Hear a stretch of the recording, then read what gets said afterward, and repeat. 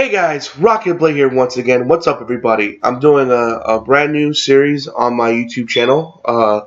I'm calling it the RTB PodCast, or RockingTheBlade, RockingTheBlade for short, for RTB PodCast.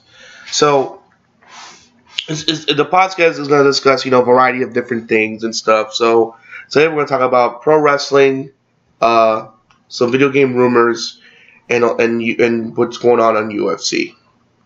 Okay, but let's get pro wrestling out the way. I've been a pro wrestling fan since, the Monday Night Wars, back in the 90s. Between WWE or WWF, for the wildlife, got all crazy with that, versus WCW. I love the Wars was great, and then of course, like a lot of people, I switched over to WCW and did a Vince group Brett, so I was really passionate stuff. And then I watched WWE again eventually, and it was fun.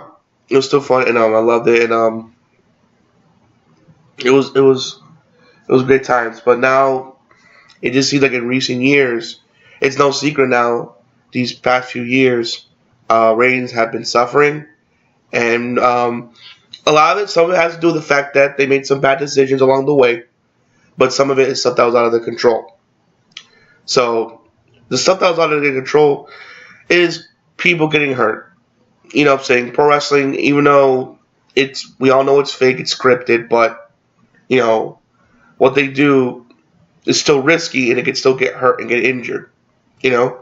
Like, for example, Daniel Bryan. I love that guy. I saw him wrestle twice live in the Survivor Series and at WrestleMania 30. That guy has some amazing talent. And I was so grateful to see him wrestle live before he had three times. I was at 28. We can count that but that was only like a few seconds with Sheamus. But but the point is, I saw him enough times to see that he has incredible talent, and it was so sad that he had to retire due to concussions, and there's a whole movie about it. And concussion is not a laughing matter; it's a serious matter. And that's why he had to retire. But of course, there's a picture of him on Facebook. There's a famous Facebook picture of him crying with his wife hugging him because he realized, it finally dawned on him that he could no longer do what he loves, and you could tell he had passion for it, and he can't do it anymore. And all I can wish him is the best for his future. The best in his future. Hope he can find something else that can that can give him some passion, because I just feel sorry for the dude. Best of luck to you, Daniel. And then of course, other wrestlers getting hurt, like John Cena, Antonio Cesaro, Tyson Kidd, Sin Cara for a little bit, but he came back luckily. People leaving like CM Punk. Or people getting unjustifiably suspended, in my opinion, like Titus O'Neil. It's like, so they're either losing people due to injuries, or not treating them right, or just overall just bad decisions. And the thing is, they have talented wrestlers. So that's the problem. They have people like Dolph Ziggler, Kofi Kingston, Roman Reigns, and Dean Ambrose, and so on. Kevin Owens. These are great. They have great talents, young talents that could really might be take the company to the next level already. But it's like, I don't know what they're afraid of. I don't know what they're worried about. But it's like, and they're not pushing him enough. Granted, Kevin Owens is an Intercontinental Champion. And granted, Dean Ambrose is having both United States and Intercontinental Champion. But it's like, I think he's ready for the big leagues at this point. Same thing with Dolph. He's won the Intercontinental Championship enough times. Let's give him some championship. When he won the United States Champion, when he won the World Championship against Alberto Del Rio, he got a huge pop and people loved it. Same thing when Dean Ambrose supposedly beat Seth Rollins, and people thought he won. Yeah, huge pop. Sorry, I just woke up, guys. But the point is, when Dean Ambrose won, he got a huge pop. I was excited for him too, because I know he earned it. But then they took that away. Then Roman Reigns won twice, But the first time was only within that same night he lost it. And like when he beat Sheamus again for it, when he beat Sheamus for it at a Raw, he only had it for like 3 weeks before he lost at the Rumble. Now, him losing it to the Rumble, that's perfectly fine. But what I didn't care about was that Triple H won. I mean, for crying out loud, you hear it now, he's a 14-time world champion. I'm like, when are you going to let this thing go, dude? When are you going to let this go? I mean, you're a 14-time champion. Why you quit hogging the spotlight already? That's why people are upset with the company, because, it just feels like it doesn't matter how talented you are, it's who you know in the company. Because other than that, you're not going to get anywhere in the WWE. That's sad. It should be about how talented you are, not about who you know. And that's fucked up. But sometimes in life, that's sometimes the case with certain things. It's not what you know, it's who you know. And it's sad, but it's true. Unfortunately, it's true. I mean, it's like, it's ridiculous. And it should be that way, but this is how it is. And in my opinion, that's why they're suffering and losing.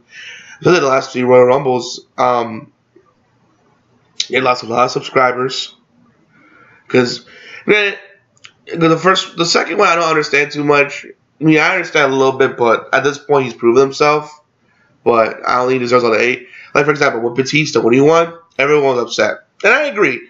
I mean, he was gone for so long, only for him to just come back and then win the Royal Rumble. Really?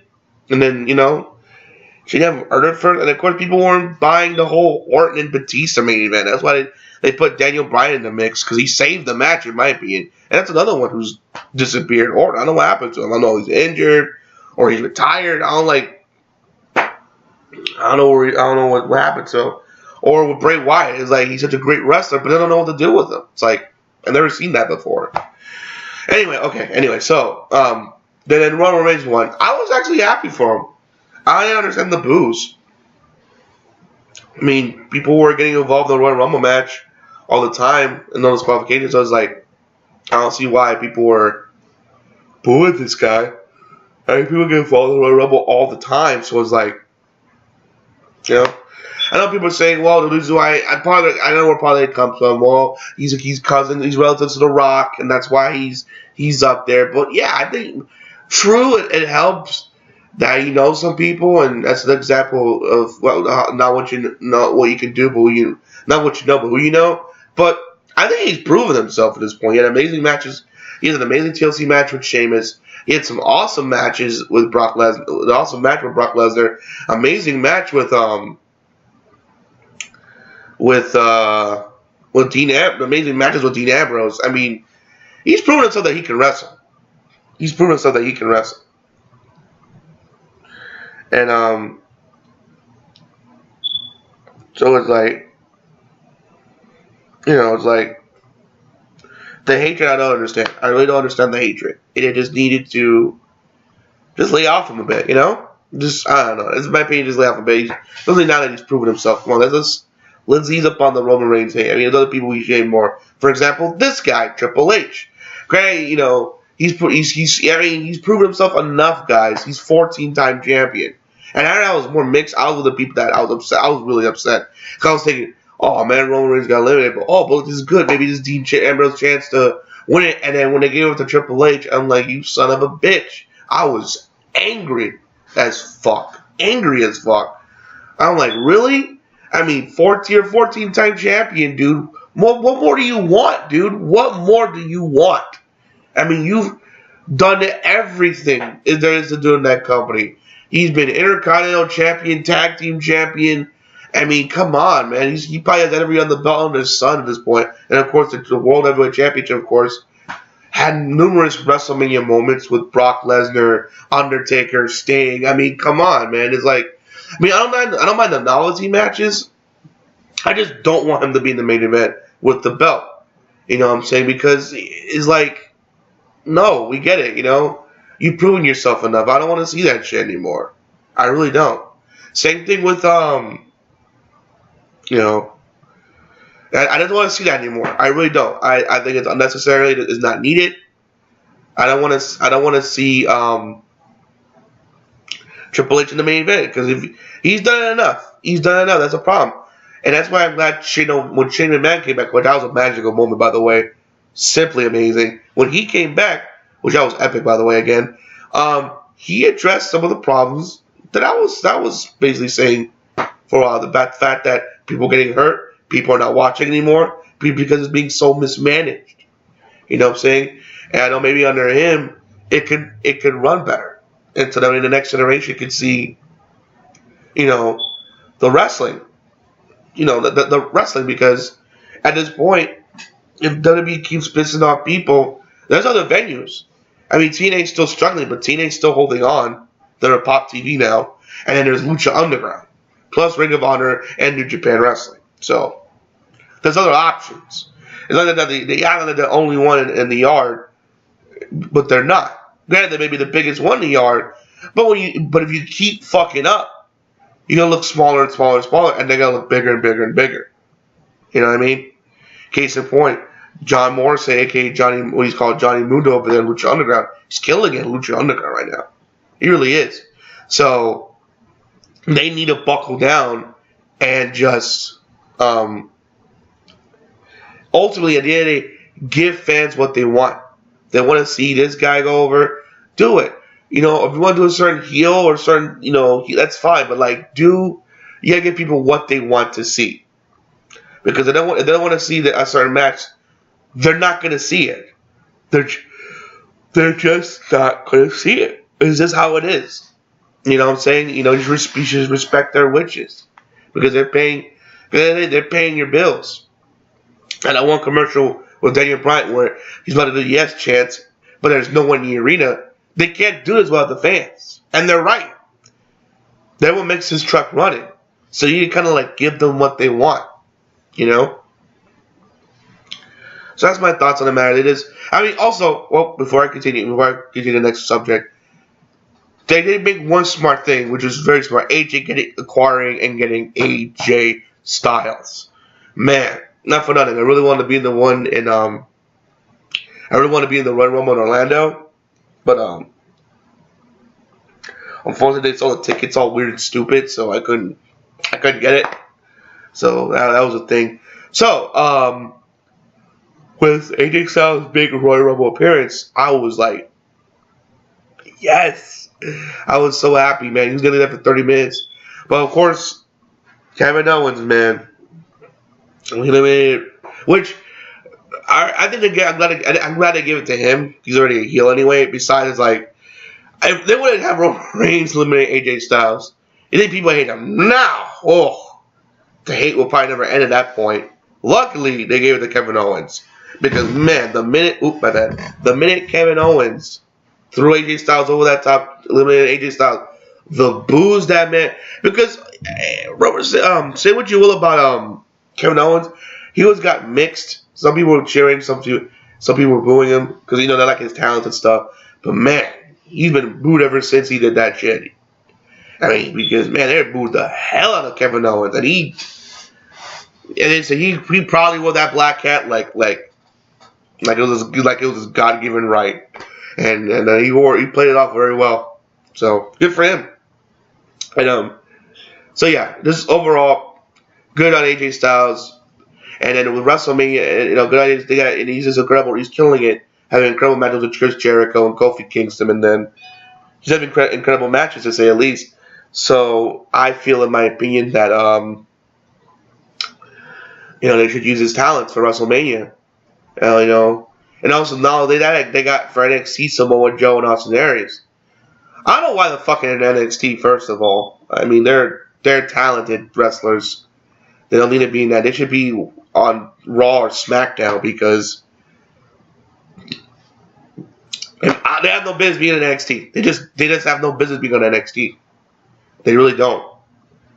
And maybe they're sharpening their skills with the big time, which I don't feel that that's not the. I don't think they have to because, in my opinion, they're great pro wrestlers and they don't need to, to sharpen their skills. They're already.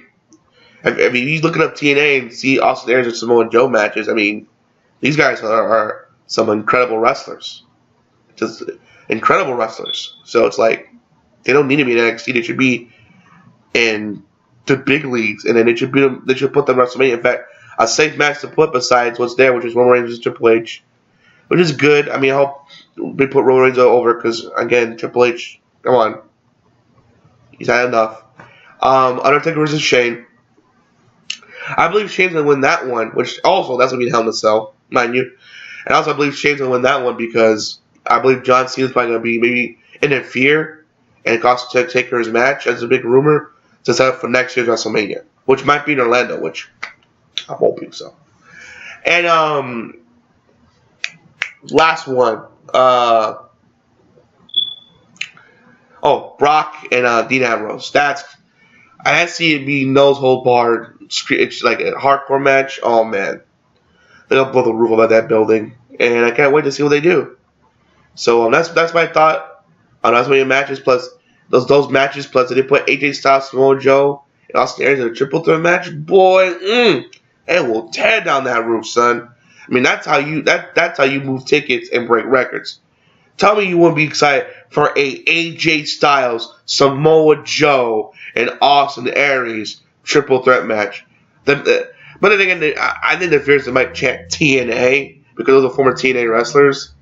But hey, man, you should do it for the sake of that. A lot of people will tune in and buy more tickets to see that. You know, do what you gotta do. That's all I'm saying, guys. But at the end of the day, you know, they got great talented wrestlers.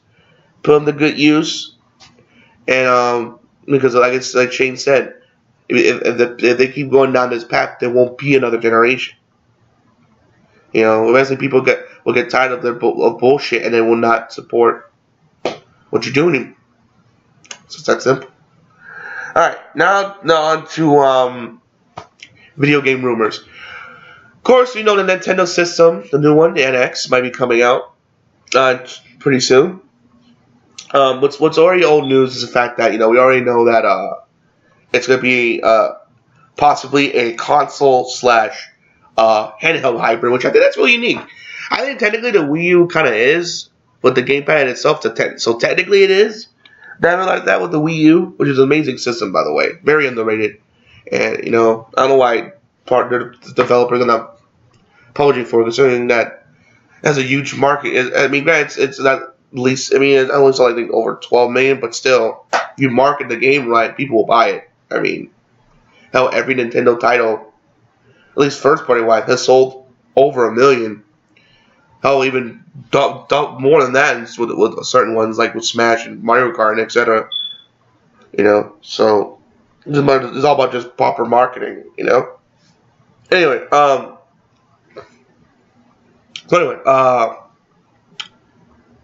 you know, so the rumor is, you know, with, you know, of course, you know, the hybrid thing. And another rumor is that the biggest one, which there'll be a system seller, is coming out in 2017, which I think that'd be smart, because at that point it'll be 6 years, I believe, for the console. Because every 6 years they come on the console. And, you know, they'll come out with, you know, they will, it's coming out in 2017, and that Beyond Good and Evil 2 will be on that system as an exclusive. And to me, that is great. That'd be great. Though I know there's some people out there are angry about that. Excuse me. And the reason why I feel that's the case because, you know, it won't be on all systems. You know, be like, oh, great, it's like Bayonetta 2 and over again. Well, guys, keep in mind that, you know, the guy who created Bayonetta went to Microsoft and Sony, and they said no. Where Nintendo was like, we'll do it. And it's the same case here. You can't, I'm pretty sure Ubisoft went to Xbox and PlayStation, and they said no, then and Nintendo said yes. And in fact, put it up for our new system. You know, it's like, what are you going to do? I mean, if they wouldn't have put the money, of course, they have the right to make it exclusive. Though, I think eventually it'll be put on PC because there's, like, for example, the Nintendo game that was only on Nintendo, now is on the PC. For example, Mighty Switch Force. Nintendo's embracing PC.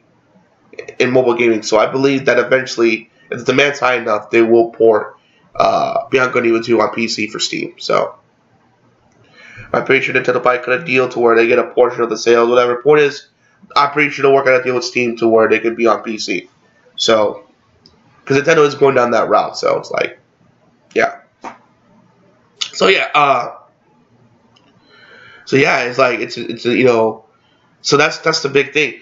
Like, so people are, again, I know people might be upset about that, but it's like at the end of the day, if Nintendo's funding the money for it, then that's just how it is. Like I said, they went to the other companies and they said no, but Nintendo said yes. I mean, when you want it for your system, for your brand only, if you're paying for the money to make this game possible, so considering the fact that the other two had a chance and they passed on it, hey, it happens all the time, man. It happens. So it's like, I'm saying, those games deserve sequels, and granted, it may be for one system, but the fact that it even exists is still a good thing.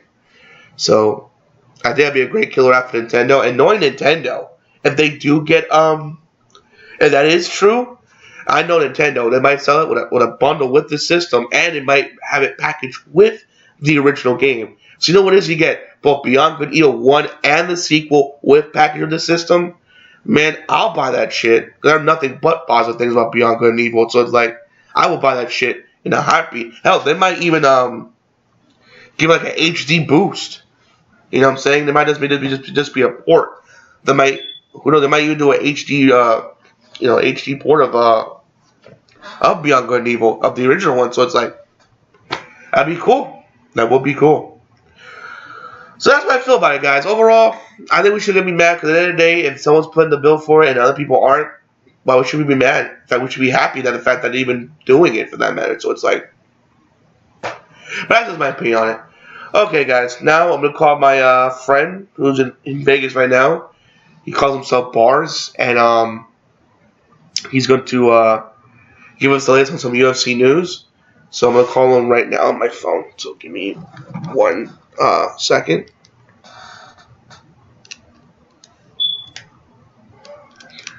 So yeah, man. Like I said before about Nintendo, it's like they fit in the bill. And we saw Nintendo have some decent relationship. Like I said, released Splinter Cell, Rayman, and stuff. So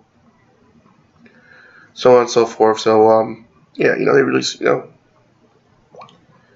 have a good reputation for each other. So I'll see why not. All right, it's ringing.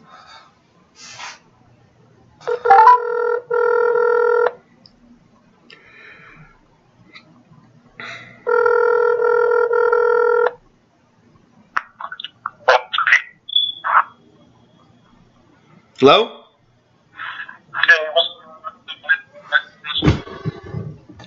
Wait, hold on. I can't hear you. Give me a second. Can you hear me now? Okay, try again. You got me? Yeah, I got you. Yeah, bars in the house, bars in full effect.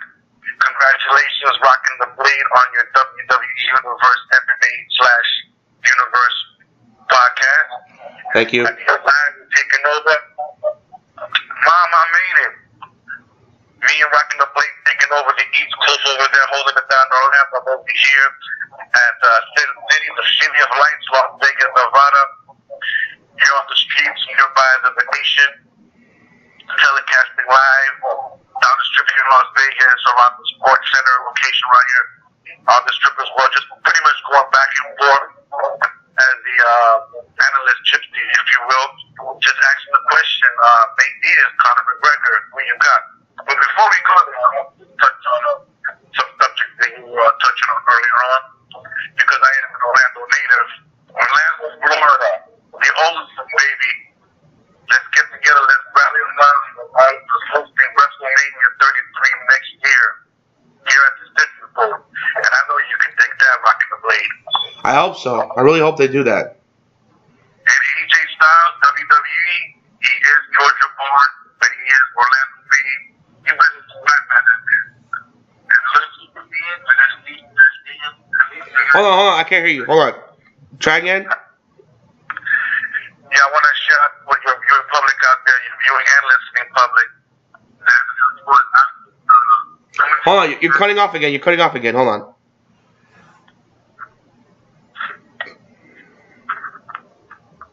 Can you hear me now?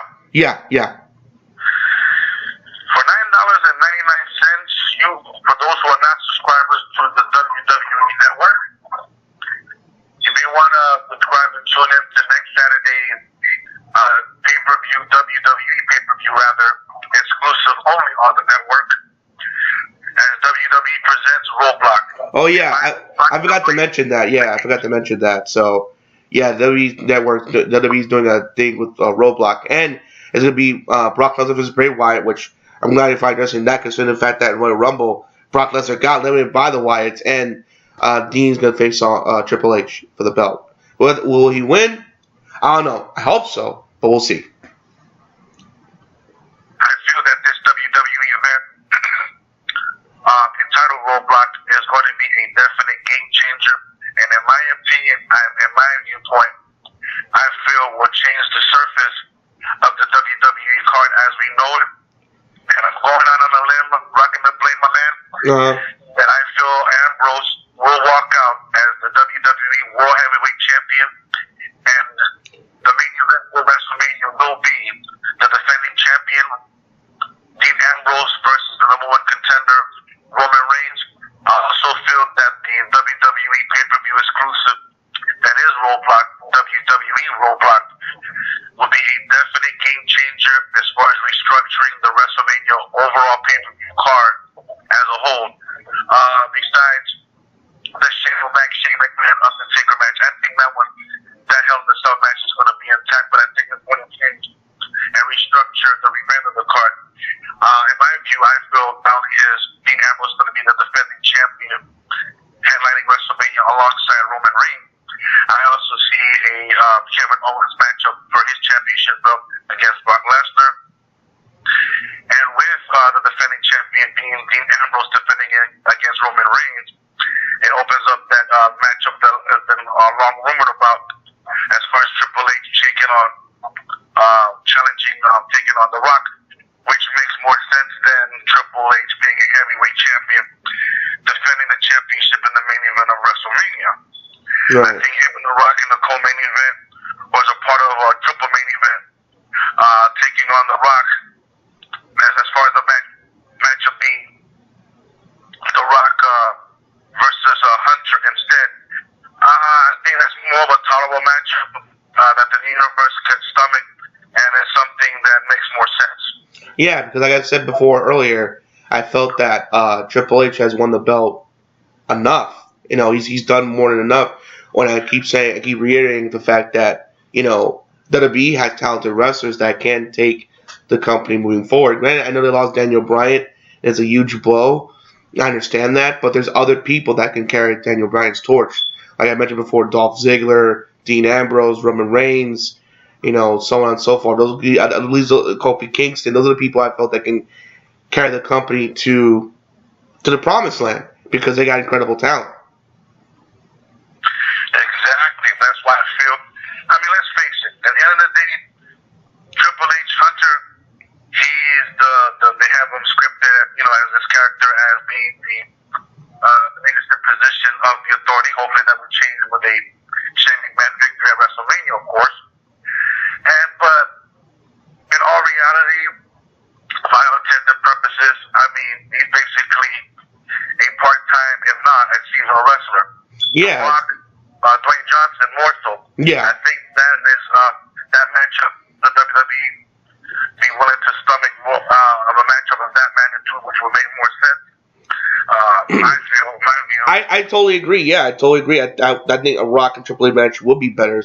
Because, yeah, I know that those Triple H slurpers, as you call it, that will just love them to be in the main event, but that's what Shane McMahon's been pointing out. The problems with the company. You know, them not relying, the old guard not letting the new cats take over the company, and that's why the ratings have been suffering and they're losing subscribers. Because he said it best: if we keep going down this route, there won't be another generation to join the WWE. allow the 2 part-time to go at it. The main event of the main event. Hold on, try again. You kind of going in and out. Hold on. Can you hear me now? Yeah, go ahead. And if they really want to pursue and break the all-time attendance record for a live event, the main event should be defending champion Dean Ambrose versus the rightful number 1 contender, Roman Reigns, as the main event of the show WrestleMania. You care to bring up a conversation you and I had last week when I was in Orlando and went apart concerning last week's fight pass exclusive fight between Anderson. Oh, right. So, in case you all know, it was a Fight Pass exclusive, which kind of sucks. But Anderson Silva and Michael Bisping had a fight. It was only exclusive to Fight Pass.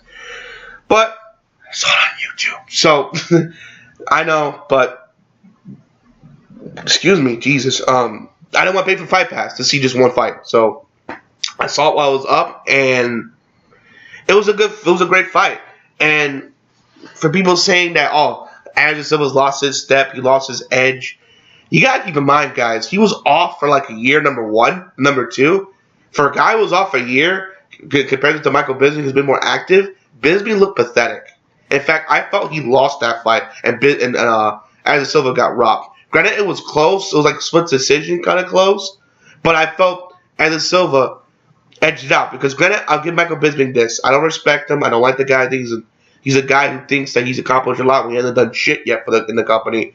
But I'll give him this. He's won the first 2 rounds. I'll give him that because he staggered and hurt Silva, and he had ring generalship. However, the Cold Swoozy, Anderson Silva dominated the 3rd, the 4th, and the 5th. Especially in the 4th because he bloodied him up.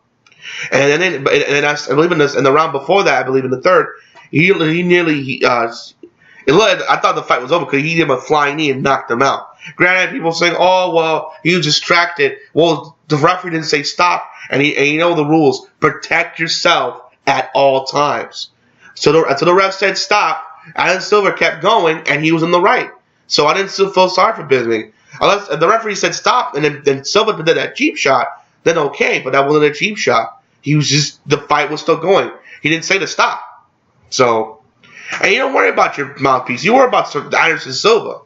Because if you take him lightly, because I felt he did at that point, because he felt he was winning, he got a hard smack in the chin with his knee of reality of how Anderson Silva is still a great fighter. Granted, he was hesitating, but remember, guys, he's rusty. He hasn't fought in a year. But a guy who hasn't fought in a year, he did damn well. Incredible. And I agree with Dana White that had he not thought he knocked him out, he probably would have easily finished him off in the next round. But even then, he won the last 2 rounds to take the fight.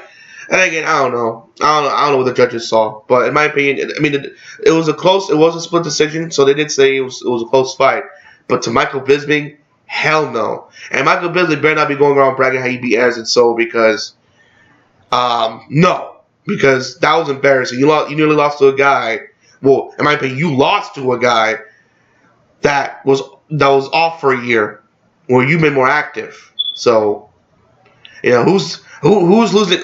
Who's losing what? And I don't think it's Anderson Silva. That's Michael Bisping, because that's Silva. Losing a year and still putting up an extra fight like that. In my opinion, you match him up again, Bisping will be knocked out the next time. Hold on. I can't hear you. Try again. Wait. I can't hear you. Can you hear me now? Yeah, go ahead. Well, I will wrap up this movie by saying the good news for fight fans, if you're a fight fan of what's widely considered the fight game of the 21st century, which is the fight game of mixed martial arts. And shameless plug. Well, I don't know. I wouldn't necessarily call it. I don't know if I will call it a shameless plug. But by this time next week, UFC 2 with Conor McGregor and Ronda Rousey on the cover should be hitting stores next week. So if you haven't reserved a copy of that game yet, please do so. And if not, I'm pretty sure they've made tons of copies where you can walk into any store, Walmart, GameStop, or what have you, Target, and pick up a copy of them. I've known of from what I've been aware of this game thus far, it fantastic. But yeah, good news for fight fans. If you're a fight fan, or whether it's boxing, mixed martial arts, or a combination of the two. If you're a Michael Bisping fan, here's good news for you. He elevated his game. If you're an Anderson Silva fan, here's good news for you. The rust is gone. I think I thought that Michael Bisping will probably undergo medical suspension and probably be free from that maybe sometime in April, first thing May. So I would say in short, you get this situation. Hold on. You're breaking up again. Hold on. Try again. Well, I can't hear you. Hold on. You're breaking up. How about now? Okay, good. Yeah, let them just get back together and hopefully resolve the situation. Wait, what happened? I'm sorry. You're breaking up again, man. You're breaking up. Can you hear me now? Yes. So yeah, basically, hopefully this situation can be resolved by these two gentlemen, and hopefully they'll be in proper condition just in time for UFC 200. Anyway, I'm here live here in Las Vegas, and for a lot of people who might deem this card later on this evening as disrespectful, how come the championship fight for the women's bantamweight championship is in the co-main event? Why is Holly Holm, who produced the biggest upset this side of Buster Douglas, is co-main eventing Conor McGregor versus Nate Diaz? Yes, no formal championship is on the line between Nate Diaz and Conor McGregor, but the streets are talking. And when you look at somebody who's representing the hood, the Dublin of Ireland, versus someone who's representing Stockton of California, what the championship that's on the line is bragging rights, is street credibility. Right. You know, to come out at the end of this thing with the juice, the mantle, if you will, bragging rights. A much bigger payday the next go around fighting inside the cage, the world famous Octagon. And last up nights, yesterday's ring was pretty interesting. Conor McGregor might be a little bit spoofed by the Diaz brothers' mystique. And anybody that will listen to me, I know I'm going to come across as crazy, a little cray-cray, but Nate Diaz on paper, and even beyond that, in real life in general, period, will prove to be later on this evening Conor McGregor's toughest matchup to date. If you look at Nate Diaz's resume, the people have beat. I mean, granted, he's never won a world championship, but he's used to the bright spotlight. Right. He's been accustomed to having the camera and microphone and boom mics shoved into his face when he was one of the main stars of The Ultimate Fighter, yeah. Right, I could be wrong. So he's used to the cameras, he's used to boom mics, press conferences, big fights, and I feel his ground game is better than Chad Mendes. Number one, first and foremost, he's always in shape.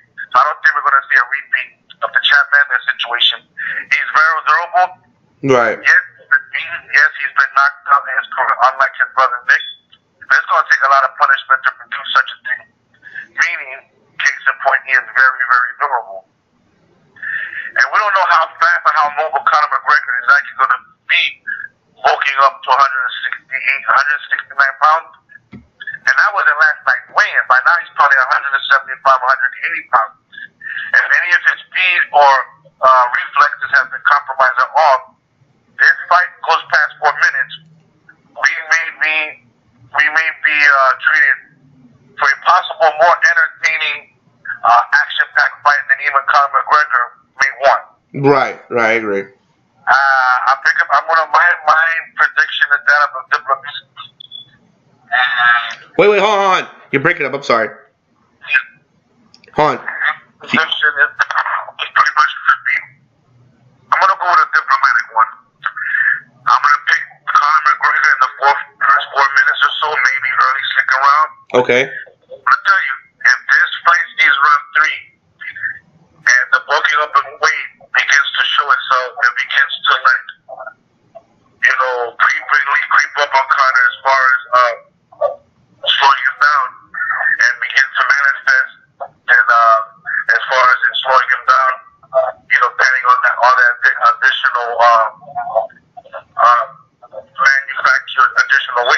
Right. Remember, he's a featherweight. He fights and defends his championship at 145 pounds, meaning back when he was fighting in regional organization. He'll be fighting tonight, possibly, especially when you look at the weight he weighed at 168, 169 pounds.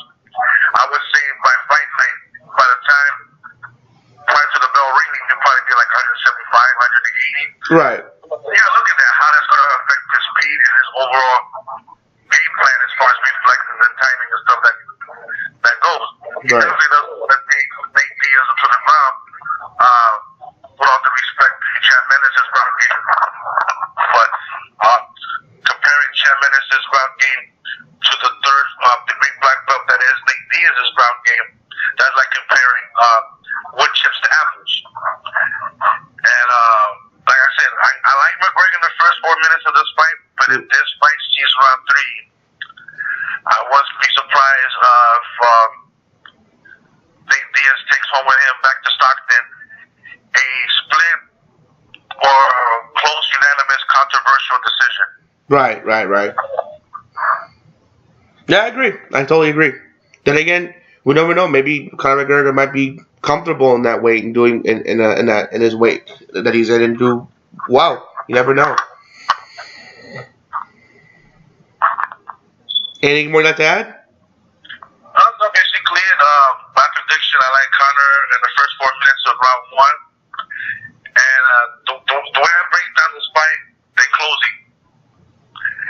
Like I said, first and foremost, the Diaz brothers are never out of shape, so I don't think this is going to be a Chad Mendes situation. No, I disagree. At all. I think it could be what may end up playing a role in what may end up playing an issue in this fight is Conor McGregor bulking up 47 pounds of the weight and the possible, and I repeat, the possible effect of it affecting his speed, timing, and reflexes. This fight goes into 2 or 3 rounds, and a scheduled 5-round championship caliber fight, mind you. Be interesting to see if this fight was to head to round 3 and 4, and what effect, if any, it will cause Conor McGregor and his approach in tonight's fight, if any. Back to you, Mr. Blade. All right.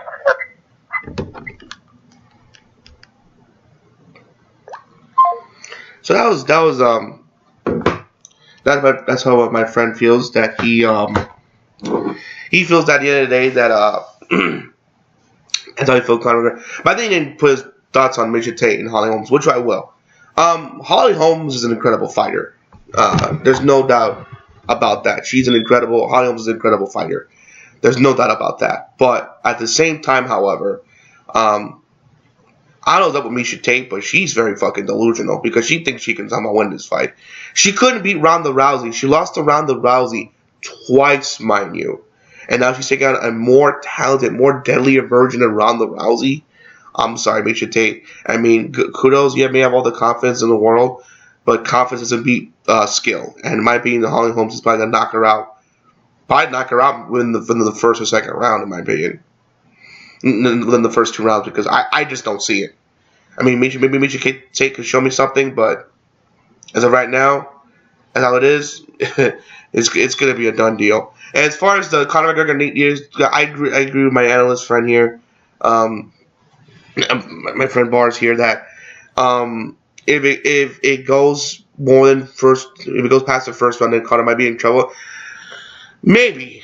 I mean, that's what we're predicting. You never know. Maybe Conor is used to the way he's in, and he might do fine and maybe show like he's always been that way. I mean, there's all those rare cases of people going up and doing great. Look, for example, look at Manny Pacquiao. I mean, he went up to weight to fight different fighters, and he's knocking out guys like it's nobody's business. Same thing with Silva. He was a middleweight. He went up to lightweight, I believe, and he's knocking out fools like nobody's business. So it's like there's all those fighters, those freak of natures that can go up and weight and just whack guys out, like whack and knock out guys like they've always been in that weight class. So you never know. All right, guys, that's the podcast in general. That's how I feel about all the fights and stuff. I think you should definitely check out. Also, I know there's kind of some horror. You should definitely check out EA Sports UFC. And when it comes out, I will do a review of it. I did a video. If you want to check out, I did a review of the first game. So I'll definitely do a review of the sequel, see how it was improved and stuff and whatnot. But yeah. This is my podcast. Please make sure to rate, comment, subscribe. Tell me how I did. Sorry about the yawning earlier. Again, I was still kind of waking up. I was up all night uploading videos and stuff. So please forgive me for that. But overall, I hope you enjoyed the show. If you like it, please write a comment. Let me know. I'd love to hear your guys' thoughts of what would you like me to talk about in the next podcast or whatever. Let me know. I love to hear your thoughts in criticisms, so I can just get better. I want to get better as a YouTuber, so I try to expand my horizon. All right, guys. Hope you enjoyed the podcast. This is RockingTheBlade signing out. Hope to see you guys on the next podcast. I'll see you next time.